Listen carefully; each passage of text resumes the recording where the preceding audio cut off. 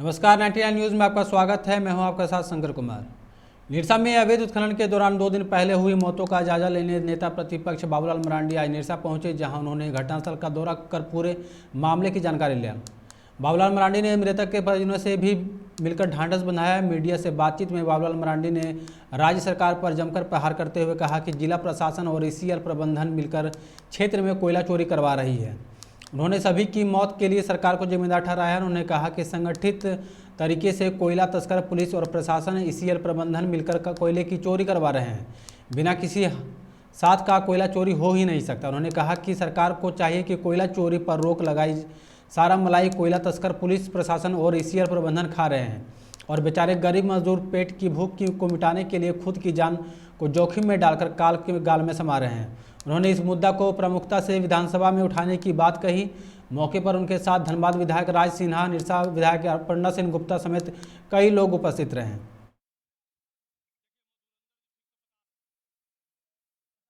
है कि जिला प्रशासन और ईसीएल के पदाधिकारी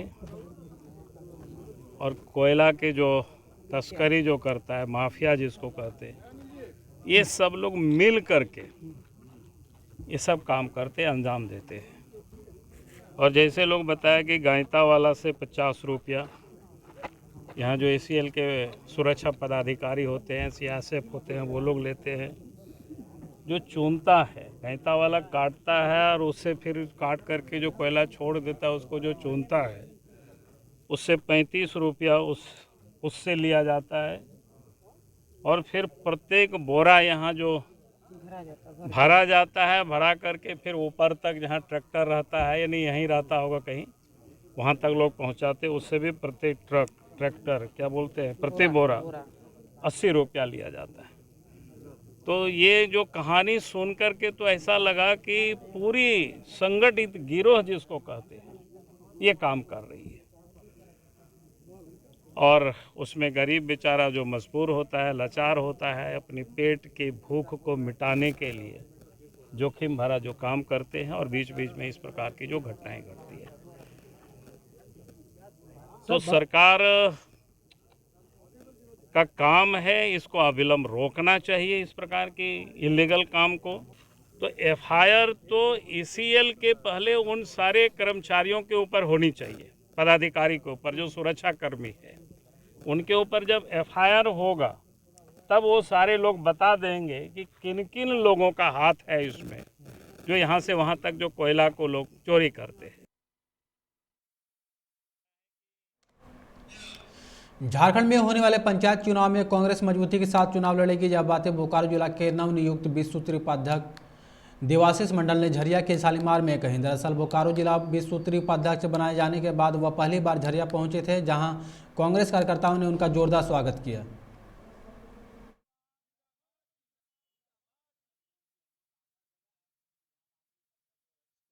सम्मानित प्रदेश अध्यक्ष राजेश ठाकुर जी एवं बोकारो जिला के सम्मानित अध्यक्ष मंजूर अंसारी जी के सूझबूझ से एक जमीनी कार्यकर्ता को एक ऐसी महत्वपूर्ण जगह पर बैठाया गया। निश्चित रूप से इससे जमीनी कार्यकर्ता का मनोबल बढ़ा है और हम लोग ये वादा करते हैं कि जिस उम्मीद से हमारी कांग्रेस पार्टी एवं महागठबंधन ने मुझे महत्वपूर्ण जगह पर बैठाया है, मैं खरा उतरने का पूरा ईमानदारी के साथ प्रयास करूँगा। बोकारो जिला कांग्रेस के अध्यक्ष मंजूर अंसारी जी का कि निश्चित रूप से आज ऐसे जमीनी कार्यकर्ता को बहुत बड़ा सम्मान दिया है। 20 सूत्री धनबाद बोकारो जिला 20 सूत्री का उपाध्यक्ष बना करके आज उसी खुशी में आज हमारे बीच, हमारे घर के पास हमारे मित्र आए हैं। हमको बहुत खुशी हुआ। देखिए, यही देखने को मिल रहा है। बहुत सारे लोग पहले को देखा जाता था कि 20 सूत्री का उपाध्यक्ष बन जाए या बहुत बड़े पोस्ट में चले जाते थे कांग्रेस के कार्यकर्ता।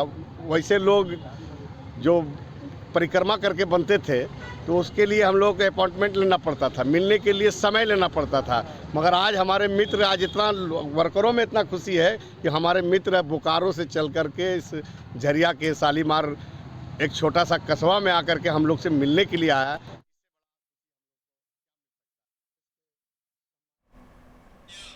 बाघमारा के तेतुलमारी थाना अंतर्गत वेस्ट मोदिरी शिव मंदिर के समीप एक नवजात का शव मिलने से क्षेत्र में सनसनी फैल गई।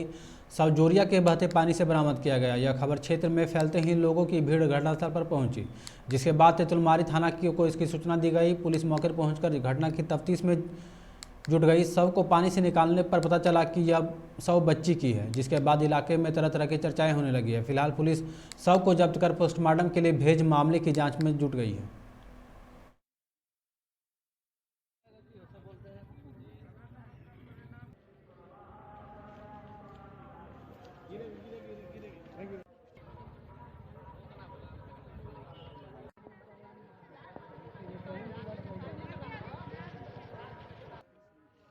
सुबह 10 साढ़े 10 बजे करीबन मैंने यहाँ वेस्ट मोदिरी यहाँ चादरा पुल के समीप नाला में मैंने एक नवजात शिशु का शव मिला।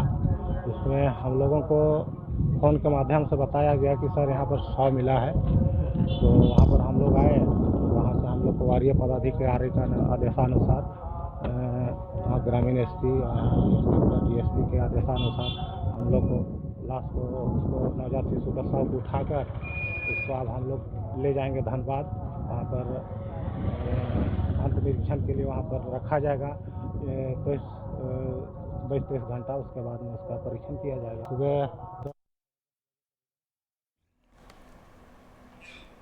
धनबाद के बैंक मोड़ थाना क्षेत्र के शास्त्री नगर में गुरुवार की सुबह सीएमसी गार्ड कंपनी के मैनेजर देवेंद्र झा ने खुदकुशी कर ली।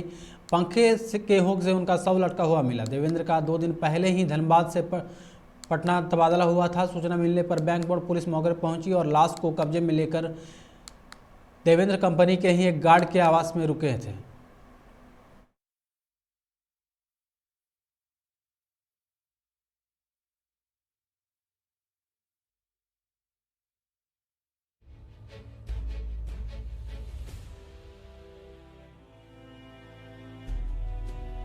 सीएमएस से ट्रांसफर पटना से कि बोले हमको एक रात खातिर रहने दीजिए। और सुबह ही हम लोग दरवाज़ा 9 बजे ड्यूटी जाने के लिए बोले तो नहीं खुला दरवाज़ा। हम लोग देखे तो खिड़की से बाहर से तो ये लोग देखे ये फांसी लगाई। प्रशासन को फोन किया और सीएमएस कंपनी को फोन किया। सीएमएस में कार्यरत है क्या? हाँ, मैनेजर है। ये कब आपके यहाँ आया है? कल रात में 9:30 बजे। कल रात में अकेले आया था कि कोई अकेले एक आदमी बोला था कि जाके आप रात को थोड़ा एडजस्ट कर लीजिए। देवेंद्र नाम है उनका, क्या नाम है उनका? जितेंद्र बोले थे एक रात खातिर रख लीजिए मिश्रा जी, कल अपने रूम में चले गए। आप क्या करते हैं? हम वो सीएमएस में गार्ड हैं। आप इनको जानते हैं? नहीं। सीएमएस के मैनेजर है, आप गार्ड हैं? हाँ, सीएमएस में हम जानते हैं कि मैनेजर है मेरा, क्योंकि एक साथ काम कर रहे हैं। कितने दिनों से कार्यरत है यहाँ? वहाँ भी तो ट्रांसफर हो गया, 2 दिन से है। अच्छा, ये पहले कहाँ काम करते थे? ये तो पटना से है। कहाँ के रहने वाले हैं? ये मालूम नहीं है, झा जी है, हमको कहाँ के रहने वाले भी मालूम नहीं। आपका घर है ना? नहीं, हम भी भाड़ा पर। आप भी भाड़ेदार हैं? धनसार जोड़ा फाटक में गुरुवार को सेंट्रल बैंक ऑफ इंडिया के ग्राहक सेवा केंद्र का उद्घाटन किया गया। धनसार मेन ब्रांच में मैनेजर ने फीता काटकर ग्राहक सेवा केंद्र का उद्घाटन किया। मौके पर ब्रांच मैनेजर बी बाड़ा ने कहा कि ग्राहक सेवा केंद्र खोले जाने से ग्राहकों को सुविधा होगी। यह ग्राहक सेवा केंद्र सुबह 7 बजे से लेकर 9 बजे रात्रि तक संचालित होगी।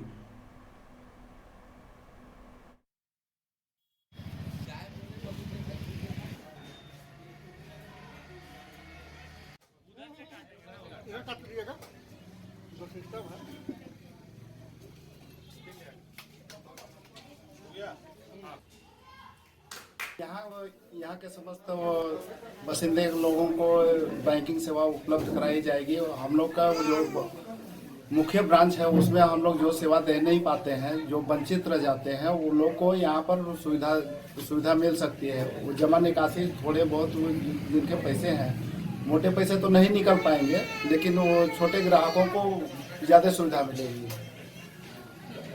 यहाँ पर खाता भी खुलवाया जा सकता है और जमा निकासी और एटीएम कार्ड के लिए भी अप्लाई किया जा सकता है। पासबुक प्रिंटर की भी सुविधा होगी यहाँ पर, जो अपने पासबुक को यहाँ पर प्रिंट ले सकते हैं। ये सारी सुविधाएं उन लोगों को उपलब्ध हो जाएंगी। अपना परिचय दे दीजिए। अपना परिचय मेरा शुभ नाम बेंजामिन बारा है। मैं अभी डाक सेवा केंद्र खुला है सेंट्रल बैंक ऑफ इंडिया के द्वारा। यहाँ पर ग्राहकों को हर तरह की सुविधा दी जाएगी, जैसे खाता खोलना, पैसा निकालना, जमा करना इत्यादि सारा काम जो बैंकिंग होता है वो सारा यहाँ किया जाएगा।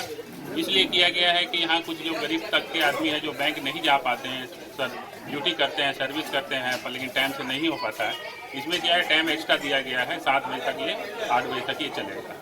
उसमें वो आके अपना जमा कर सकते हैं, निकाल सकते हैं, या सुबह जल्दी भी आके कर सकते हैं।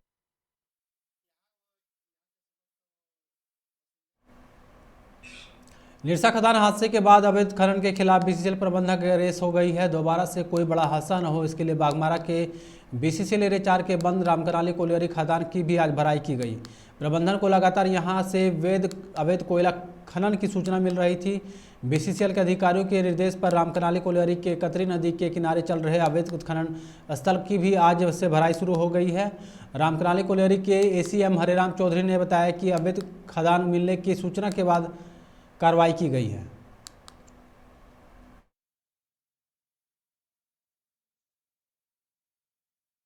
प्रोजेक्ट ऑफिसर से हमको ऑर्डर मिला था कि ऐसी ऐसी यहाँ पे अवैध माइनिंग की सूचना थी, जिसके बात पे हम लोग अपना दल बल के साथ सीएसएफ और पुलिस को लाए और मशीनरी लाके यहाँ पूरी भराई की जा रही है। इलीगल माइनिंग की सूचना स्थानीय पुलिस को दी गई थी। परसों भी हम लोग इसके लिए एक्टिव हुए, लेकिन स्थानीय पुलिस का उस दिन कहीं दौरा हो गया अचानक, उसके चलते पुलिस नहीं मिला। परसों भी सीएसएफ आया था, हम लोग भी रेडी थे, लेकिन आज पुलिस का पूरा सपोर्ट रहा और अभी ये कार्रवाई चल रही है। जहाँ जहाँ जैसी सूचना मिलती है और क्या हमारा कमेटी के नज़र में जो आता है, हम लोग वहाँ भराई कराते हैं। केसलपुर 0 सिम का एक दिन खबर मिला तो वहाँ भी भेज गए, उसको बंद कराया गया था। धनबाद खनन विभाग, गोविंदपुर थाना और सरायडला पुलिस ने संयुक्त रूप से अवैध कोयला, बालू, स्टोन चिप्स के कारोबारियों पर कार्रवाई करते हुए 15 वाहनों को जब्त किया है। साथ ही 8 लोगों को गिरफ्तार भी किया है, जिसके बाद सभी के खिलाफ दोनों थानों में मामला दर्ज किया जा रहा है। बताया जाता है कि बालू, गिट्टी और कोयला के अवैध ट्रांसपोर्टिंग के खिलाफ धनबाद खनन विभाग के खान निरीक्षक सुनील कुमार और धनबाद मुख्यालय डीएसपी अमर कुमार पांडे के नेतृत्व में पहले सुबह छापेमारी कर गोविंदपुर और सरायडला थाना क्षेत्र के अवैध पत्थर, गिट्टी, बालू और कोयला लोड 15 वाहनों को जब्त किया है। साथ ही 8 चालकों को गिरफ्तार कर उनसे पूछताछ कर सरगना का पता लगाया जा रहा है। खान निरीक्षक सुनील कुमार ने बताया कि जब्त वाहन संचालकों पर माइनिंग एक्ट के तहत प्राथमिकी दर्ज की जा रही है। हम लोग मॉर्निंग 4 बजे से छापामारी कर रहे थे विभिन्न थाना क्षेत्र में, जिसमें कि अभी गोविंदपुर थाना में बालू की 4 गाड़ियाँ, गिट्टी की 3 गाड़ियाँ और कोयला लदे 2 ट्रक, टोटल 9 गाड़ियाँ पकड़ी गई है जो गोविंदपुर थाना में है, और 3 गाड़ी जो है वो सरायढेला थाना में है। सभी गाड़ियों में जो है वैध परिवहन चलन नहीं था। सभी के जो ड्राइवर हैं उनको अरेस्ट किया गया है। टोटल 8 ड्राइवर जो है अरेस्टेड हैं। ये सभी लोग जो है राजस्व की क्षति पहुंचा करके ये लोग खनिजों का परिवहन कर रहे थे। जिला खनन पदाधिकारी द्वारा निर्देश दिया गया था कि इसमें जो है औचक छापामारी करें।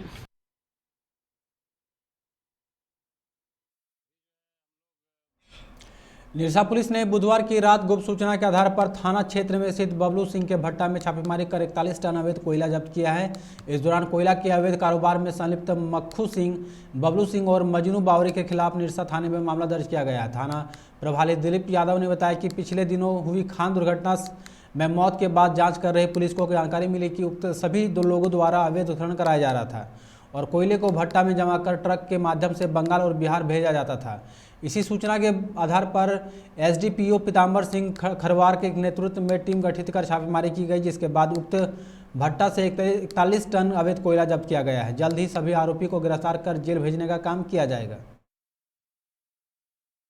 हम लोग उसके सत्यापन के लिए बड़े पदाधिकारी को सूचित कर हम ईसीएल को सूचित किए और सीएसएफ को सूचित किए और एक हमारे एसडीपीओ निरसा के नेतृत्व में एक टीम गठन किया गया और हम लोग जब छापामारी किए तो वहाँ से उस अवैध डिपो से जिसके संचालक मक्कू सिंह, उसके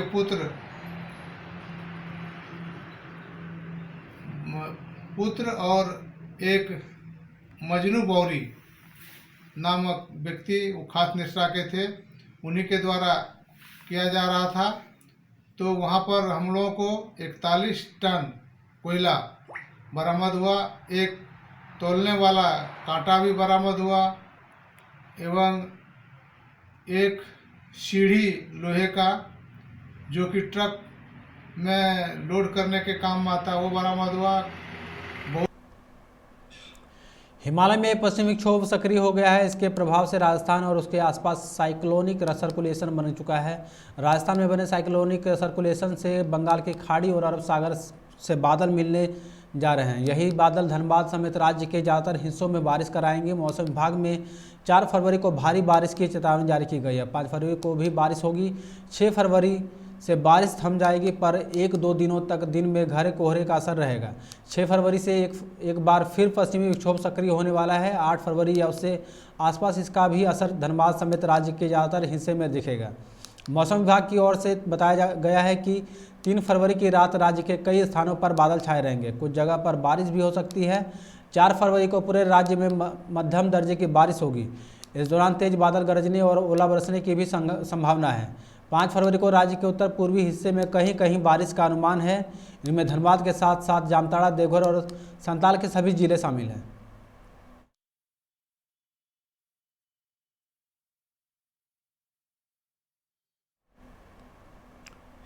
खबरों में फिलहाल इतना ही। आप देखते रहे 99 न्यूज़। नमस्कार।